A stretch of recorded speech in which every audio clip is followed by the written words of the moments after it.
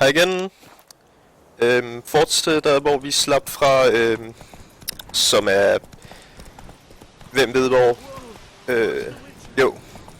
Jeg tror sidste gang var jeg på udkig efter Place of Power her i den her sump.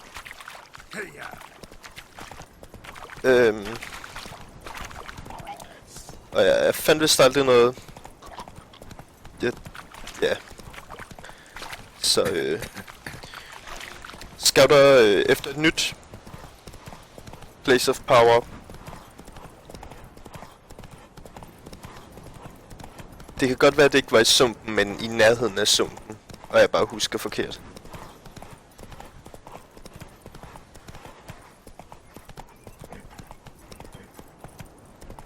Men ja, når jeg ligesom har fundet de fleste af de her Places of Power, dem jeg nu lige kan finde,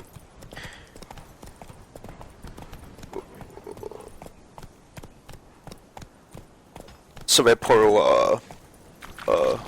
at brise igennem historien. I hvert fald det jeg har klaret, så vi kan nå til et sted, der også er nyt for mig.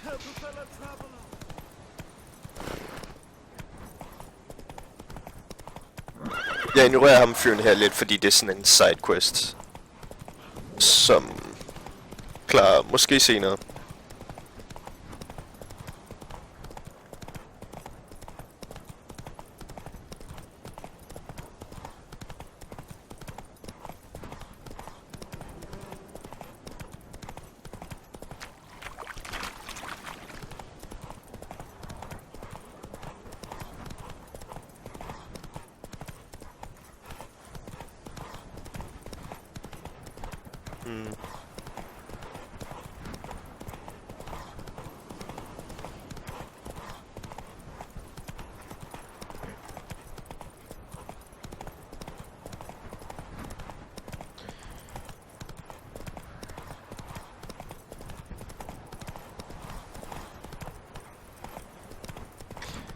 Det kommer nok til at være meget stille.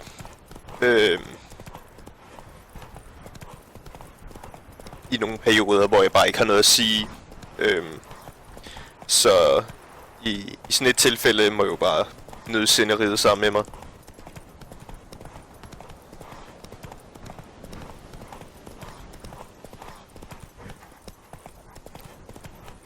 Det er første gang jeg laver et let's play, så jeg prøver stadig at finde ud af, hvordan det ligesom, hvordan det foregår. Og på samme tid, så har jeg heller ikke lyst til at bruge alt for mange sådan let's play metoder, hvor man er sådan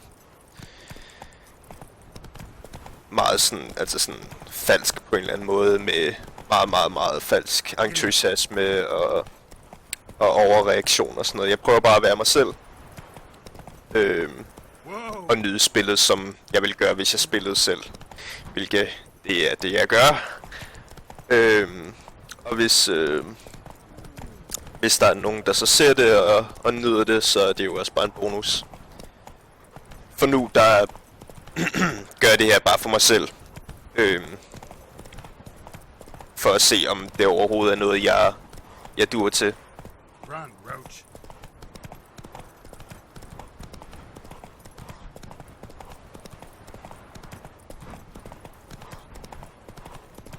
Jeg har haft et par seere på de videoer, som jeg prøvede at lægge op på YouTube. Jeg ved ikke, hvor de seere er kommet fra, hvordan de har fundet mine videoer, men ja, der er i hvert fald et par stykker der.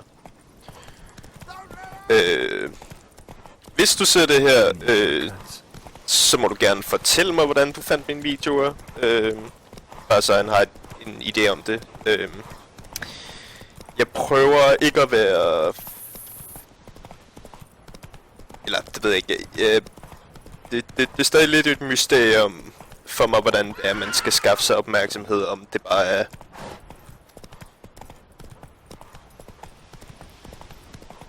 Ja, det ved jeg ikke.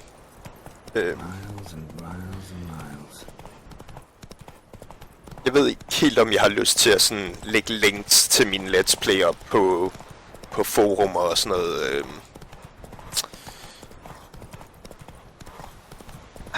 I hvert fald ikke i den her, altså igen, det her, det det meste af alt bare træning for mig selv. Så det... På en eller anden måde, så skulle det være for at få det ud og få noget konstruktiv kritik forhåbentlig. Jeg ved ikke, hvor meget jeg vil være i stand til at følge det, eller...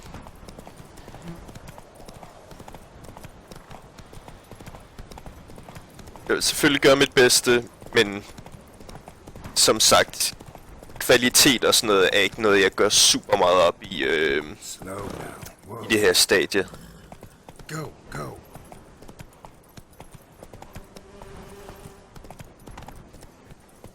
Det største, jeg ligesom vender mig til, det er bare det at snakke med mig selv.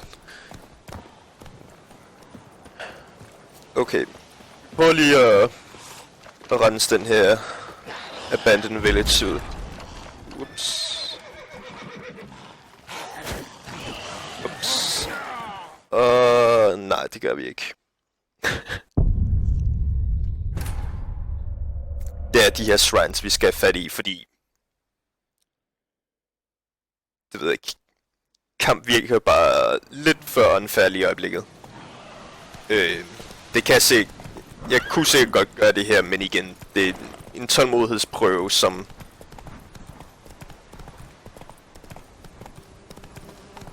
Som der måske bare ikke er så spændende at kigge på. Og så heller ikke særlig spændende for mig selv.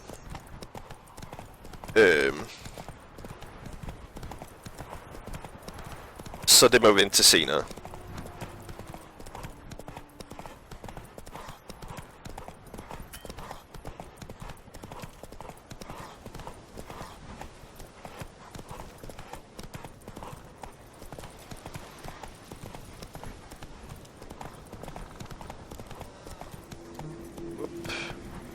Og er det et sted, vi allerede har fundet det her? Magic. A place of power. Jeg synes, det ser bekendt ud med det buskads og træer.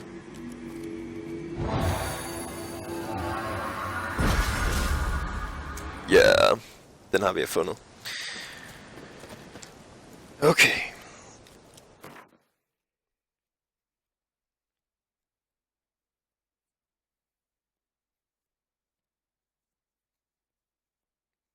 Ja, den her Griffin red, den havde vi jo fundet i forvejen.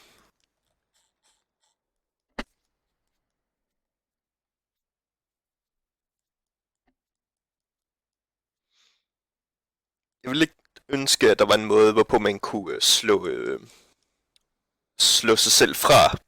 Sådan, altså, du ved, med kort, hvor det sådan, du er her nu. Jeg vil gerne have, at jeg kun kunne kigge på kortet, når jeg var med nogle specifikke landmarks, og så skulle jeg selv ligesom regne ud af, okay, hvad er nord, hvad er syd og øst og vest og sådan noget. Men ja, okay. Vi har en place of power her.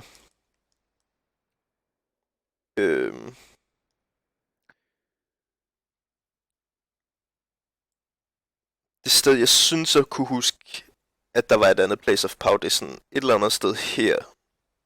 Og her måske. Det kan også godt være, at der ikke er noget der.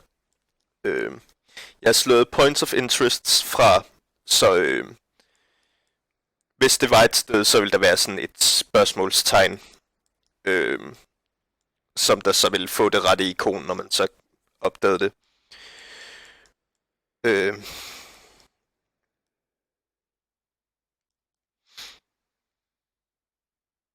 Jeg tror, der er et place of power et eller andet sted her. I nærheden af den her Nilfgaardian Garrison, fordi jeg kan huske, at jeg fandt den, og så kunne jeg se over på den anden side af bredden, der var den her ruin, som de så er flyttet ind i. Så det er måske herover vi skal hen af. Vi har en der, 1, 2, 3, 4. Så mangler vi 2. Jeg synes at mindes, at de var i sådan en bue. Så det kan være, der er nogen herhen af måske.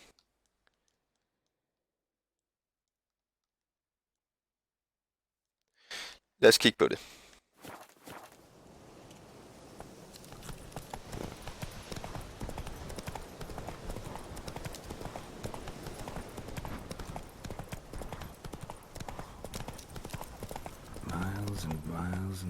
things.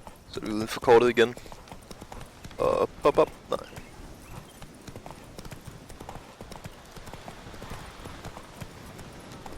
Slow now. Whoa. Okay. Det her, så vidt jeg husker, er sådan et hjemsøgt sted. Så der er en... Der skulle dukke en Wraith op, som man så kan klare. Det er sådan en sidequest, som du kan få et Wraith-trofæ fra. Som der egentlig er meget godt. Jeg tror, man får Faster. bonus XP for at have den. Som et trofæ på sin hest. Men bonus XP for at dræbe monstre og mennesker og sådan noget er egentlig ikke... Jeg sagde det var godt, men jeg vil lige rette på mig selv og sige, det er måske ikke det fedeste egentlig, fordi at tit og ofte så får du kun sådan 1 eller 2 XP for dem. For at dræbe ting. Så det kan sige, at det ikke rigtig betale sig at grinde, fordi at du får ikke noget for det, og med sådan et trofæ, så kan du måske få en enkelt XP mere. Hvor for at level op skal du bruge 1000. Så... Nope. Det handler bare om at klare quests i det her spil. Desværre. Jeg kan ellers meget godt lide bare sådan at futte rundt og gå på opdagelse og dræbe de fjender, der nu lige krydser min vej.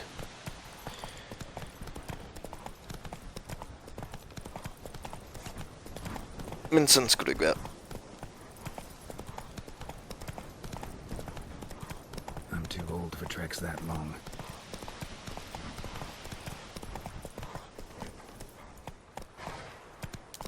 Okay. Nu står vi ved en prædiken. Jeg ved ikke, om jeg har lyst til at lige dobbelt-check den her vej igen.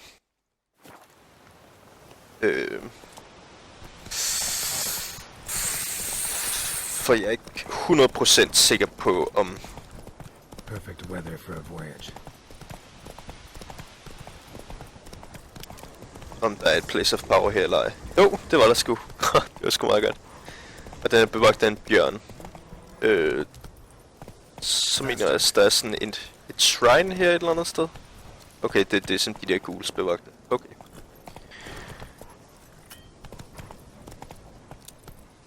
Jeg begynder at kunne huske ting lige så stille her.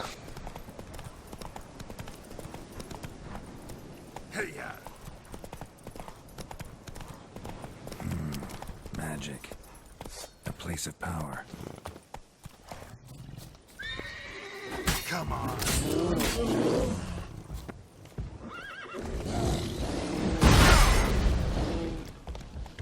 That knockback.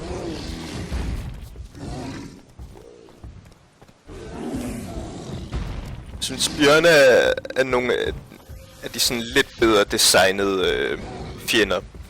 Fordi at den er stor nok til, at din position faktisk betyder noget. Så du vil se, når jeg kæmper mod bjørne, så prøver jeg sådan at komme op og angribe dem bagfra.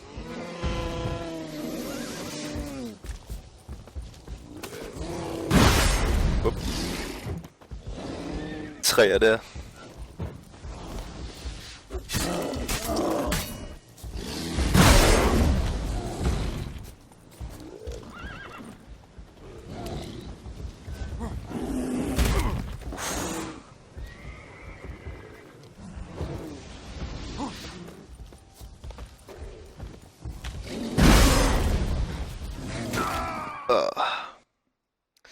Skidt.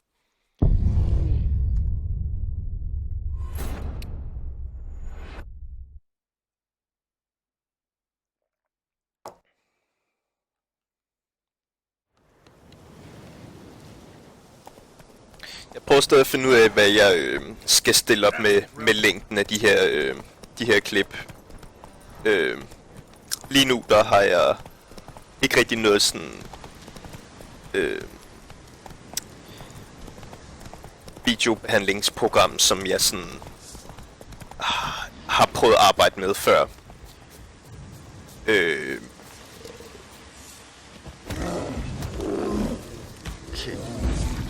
Skal nok ikke angribe den med mine bare hænder.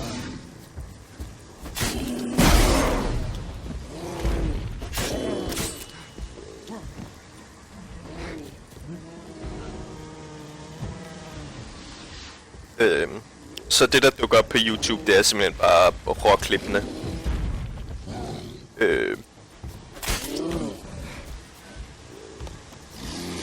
Og de første par klip, jeg har lagt ud, har jeg ligesom bare sådan delt op ved steder, hvor jeg ligesom døde eller sådan noget. Eller når jeg har holdt en pause, der har haft rimelig mange problemer med lag og sådan noget, fordi jeg prøvede at uploade samtidig, så der er lige sådan 3 videoer, der er sådan ret laggy. Men ja, det har jeg bare fundet ud af, at jeg skal bare ikke uploade samtidig.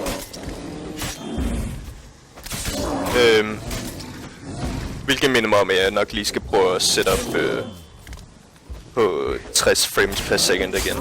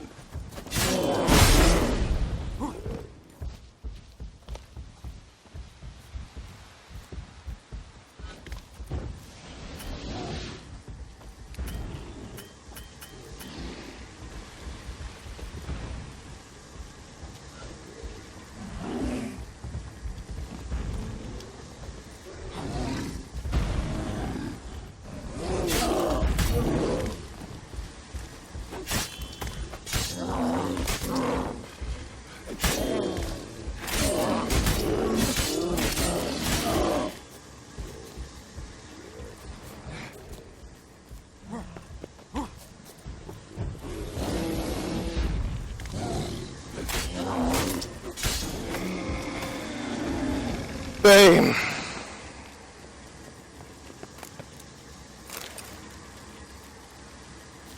Alt for meget liv.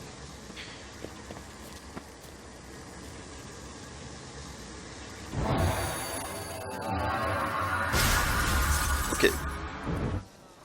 Jeg tror, jeg stopper videoen her.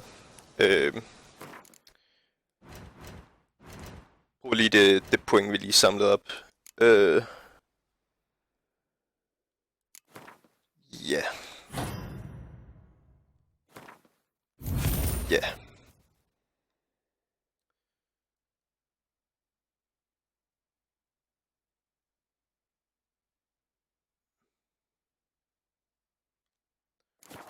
Okay. Og så vil jeg prøve at sætte frameraten op til 60 igen.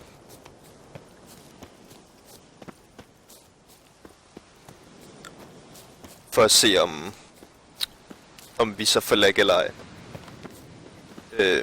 Så ja, ses om lidt.